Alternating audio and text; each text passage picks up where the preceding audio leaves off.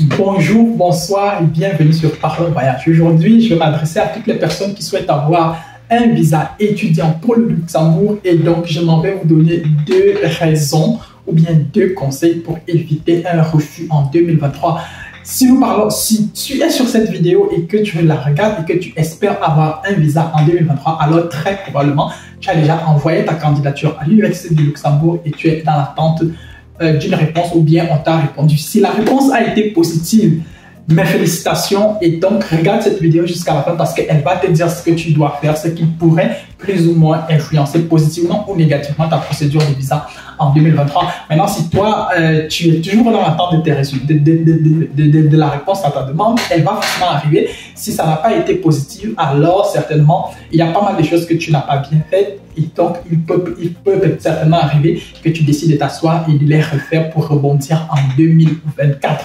Donc, si tel est le cas, si tu as besoin d'accompagnement pour ta procédure étudiant visa Luxembourg en 2024, n'hésite pas à nous contacter et nous ferons le plaisir de mettre à ta disposition notre expertise, notre savoir-faire, de telle sorte que ta procédure puisse plus ou moins passer comme sur des roulettes. Si tu me découvres la première fois, moi c'est Landry, je suis camerounais, je vis en Allemagne et j'accompagne les gens qui veulent voyager.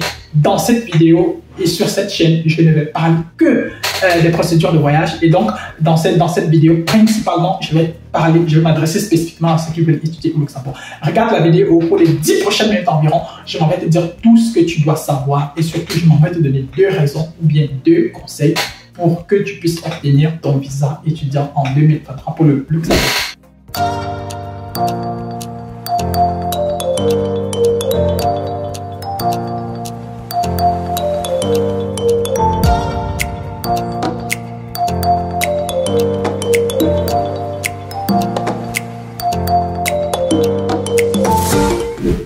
Le premier point concerne la preuve de financement.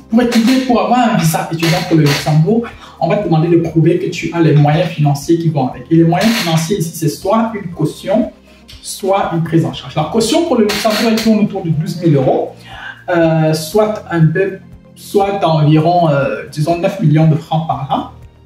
9 millions autour de 8 millions. Autour de 8 millions par là quand même. Soit autour de 8,5 millions par là. Et donc, du coup, on va te demander de prouver que tu as cet argent-là. Donc, ça, c'est l'une des solutions. Et l'autre solution, c'est que tu peux prouver avec une prise en charge. Moi, je recommande toujours aux gens de passer par le compte bloqué parce que le compte bloqué, il est beaucoup plus crédible. Il soulève moins de questions parce que lorsque vous avez une prise en charge, il peut arriver qu'on vous pose des questions sur votre parenté avec la personne qui vous a signé la prise en charge, dans quelles conditions est-ce que la prise en charge a été signée, etc. etc. Et maintenant aussi, au jour d'aujourd'hui, avec toutes les arnaques qu'il y a dehors, il y a pas mal de personnes là qui peuvent également aussi vous vendre de fausses prises en charge. Et donc, du coup, pour éviter ce genre de situations assez désastreuses et dramatiques là, moi, je conseille très, très vivement de passer tout simplement par un compte bloqué. Si vous n'avez pas ne disposez pas de l'argent pour ouvrir un compte bloqué, il y a pas mal de solutions qui s'ouvrent à vous. Soit vous empruntez de l'argent que vous mettez dans un compte. Maintenant, quand je dis emprunter de l'argent, ça veut dire que vous allez forcément aussi vous entendre avec la personne ou bien les personnes ou bien l'institution ou la structure qui va mettre à disposition, qui va mettre à votre disposition cet argent-là. Ou alors, vous décidez tout simplement si vous avez peut-être une moitié, vous pouvez peut-être aussi louer une moitié, ou bref, il y a pas mal de solutions qui s'offrent à vous, mais moi, je conseille vivement de passer par un compte bloqué au lieu de la prise en charge, parce que, bon, la prise en charge, généralement aussi, c'est une prise en charge d'1 an, et donc, du coup, comme je dis toujours, pour ce qui est de la prise en charge, pour lorsqu'il faudra, par exemple, se préparer pour l'entretien visa à Campus Belgique, pour ce qui est des personnes vivant au Cameroun, c'est Campus Belgique qui s'occupe de la procédure des visas pour le Luxembourg. Dans ce cas-là, par exemple, il y aura forcément des questions autour de la personne qui vous a signé la prise en charge. Et donc, pour éviter que ça puisse plus ou moins d'une manière ou d'une autre nuire à votre procédure, vous pouvez donc passer par un compte bloqué. Maintenant, si vous avez la prise en charge, si vous n'avez pas les moyens du compte bloqué et que vous passez par une prise en charge, je vous conseille de bien vous préparer. Et si vous avez besoin d'accompagnement dans le cadre de votre préparation, nous sommes là, nous pouvons mettre à votre disposition notre savoir-faire, notre expertise, de telle sorte que les dés soient de votre côté. Le deuxième conseil que je m'avais donné concerne en général votre dossier visa. Quand je parle de votre dossier visa, je parle ici de tous les éléments qui rentrent en votre dossier visa, notamment le logement. C'est un point assez crucial. Le jour que vous avez l'admission, il faut commencer à chercher le logement. Vous n'êtes pas toujours certain que vous obtiendrez un logement dans la résidence étudiante. Et donc, du coup, moi, je conseille toujours de se rabattre sur le privé. Je conseille toujours de se rabattre sur le privé. Et quand je dis se rabattre sur le privé, il y a forcément au Luxembourg, pour ceux qui sont du Luxembourg, par exemple, il y a des plateformes où les personnes qui cherchent le logement peuvent chercher des chambres à louer ou bien des colocations. Et donc, où les bailleurs aussi, ou bien des personnes voulant mettre en sous-location ou en sous-location leur chambre ou leur maison, mettent également aussi des annonces là-bas. Vous pouvez vous rendre sur ces différents sites internet-là et forcément, vous allez forcément trouver des annonces pour lesquelles vous pouvez envoyer des candidatures et si vous avez de la chance, forcément, quelqu'un peut vous répondre et quelqu'un peut plus ou moins réagir positivement à votre demande. Maintenant, à côté de ça, ce que vous devez également aussi savoir, c'est que en plus du logement, et puis pour ce qui est du logement, il ne faut pas non plus débarquer à l'ambassade avec un logement qui coûte par exemple 800 €. Ça risque de mettre en danger votre propre procédure. Moi, je recommande toujours des logements de maximum 450 € par là.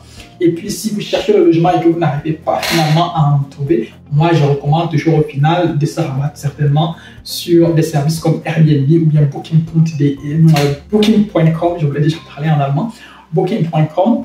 Et sur ces sites internet-là, vous pouvez également aussi trouver des logements, même s'ils sont juste temporaires, de telle sorte que quand vous allez arriver à l'ambassade, quand vous allez mettre dans votre dossier visa, on voit au moins que le jour que vous allez arriver au Luxembourg, vous n'allez pas dormir sous un pont.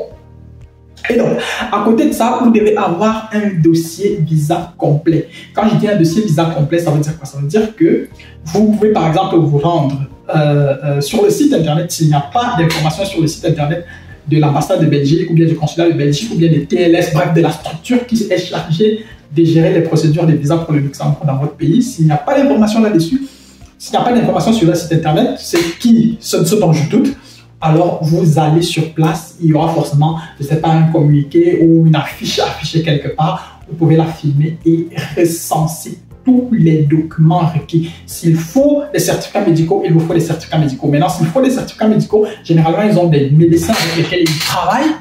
Il faut faire exactement ce qui est demandé. S'il faut des casiers judiciaires, il faut chercher votre casier judiciaire. S'il faut, il faut absolument recenser et obtenir tous les documents nécessaires de telle sorte que vous puissiez déposer votre demande le jour dit. Et parlant du jour dit, là aussi, c'est un pan extrêmement important. Pourquoi? Parce qu'il y a pas mal de personnes qui se voient, par exemple, refuser le visa à cause d'un dépôt tardif. Malheureusement, ça, c'est un facteur que vous ne pouvez pas toujours contrôler. C'est un facteur que vous ne pouvez pas toujours contrôler parce que ce n'est pas vous, par exemple, qui décidez à quel moment est-ce que vous recevez une admission. Donc, il peut arriver que votre dossier d'admission, l'étude de votre dossier traîne au niveau de l'université.